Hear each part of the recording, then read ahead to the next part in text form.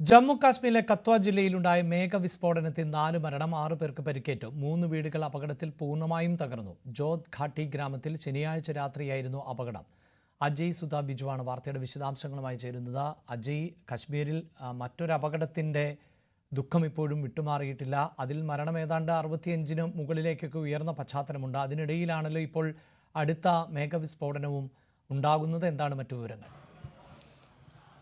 അഭിലാഷ്, കഷ്ത്വാറിൽ 60-ലധികം പേരുടെ മരണത്തിനിടയാക്കിയ മേഘവിസ്ഫോടനത്തിന് ദിവസങ്ങൾക്ക് ശേഷമാണ് ഇപ്പോൾ വീണ്ടും ഒരു അപകടം ജമ്മു കാശ്മീരിൽ ഉണ്ടായിരിക്കുന്നത്. ഇപ്പോൾ നിലവിൽ ഒരു മേഘവിസ്ഫോടനമാണ് മേഖലയിൽ ഉണ്ടായിട്ടുള്ളത്. മേഘവിസ്ഫോടനത്തിൽ 4 പേരുടെ ജീവൻ നഷ്ടമായതായിട്ട് നമുക്ക് വിവരം ലഭിക്കുന്നുണ്ട്. അതുപോലെ തന്നെ 6 പേർക്ക് ഗുരുതരമായി പരിക്കേറ്റിട്ടുണ്ട്. മേഖലയിലുള്ള 3 വീടുകൾ തകർന്നതായിട്ടാണ് വിവരം ലഭിക്കുന്നത്. പലയിടങ്ങളിലും ഇപ്പോഴും വെള്ളക്കെട്ട് തുടരുകയാണ്.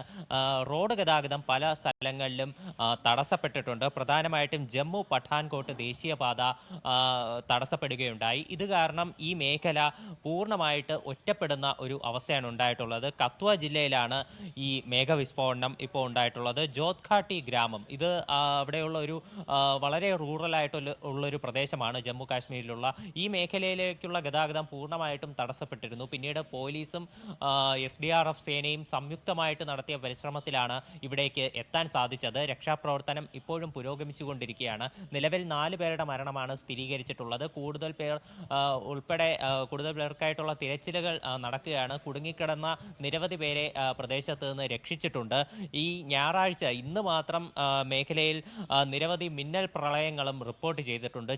ചെറിയ മിന്നൽ പ്രളയങ്ങൾ റിപ്പോർട്ട് ചെയ്തിട്ടുണ്ട്. ഇത് കാരണം പല സ്ഥലങ്ങളിലും ഹൈവേ ഉൾപ്പെടെ തടസ്സപ്പെടുന്ന ഒരു അവസ്ഥയുണ്ടായിട്ടുണ്ട്. പ്രധാനമായിട്ടും പനാർസ, അതുപോലെ തന്നെ തക്കോലി, നഗ്വായിൻ തുടങ്ങിയിട്ടുള്ള മേഖലകൾ ഇവിടെ ഉൾപ്പെടെ വെള്ളക്കെട്ട് രൂക്ഷമാണ്. ഇപ്പോൾ പാകിസ്ഥാനിൽ ഇപ്പോൾ കഴിഞ്ഞ ദിവസങ്ങളിലുണ്ടായ മിന്നപ്രളയത്തിൽ 400-ലധികം പേർ മരിച്ചിരുന്നു. ഈ ഒരു മഴയുടെ സ്വാധീനം ഇന്ത്യയുടെ ജമ്മു കാശ്മീർ മേഖലയിലും അതുപോലെ തന്നെ നേപ്പാൾ ഭാഗങ്ങളിലും തുടരുകയാണ്. അവിടെ രൂപപ്പെട്ട ഈ ന്യൂനമർദ്ദത്തിൻ്റെ സ്വാധീനം തന്നെയാണ് ജമ്മു കാശ്മീരിലും മഴ ശക്തമാകാൻ കാരണമായത്. അഭിലാഷ്, വാർത്തയുടെ വിശദാംശങ്ങളാണ് അജയ് സുധ ബിജു നൽകിയത്.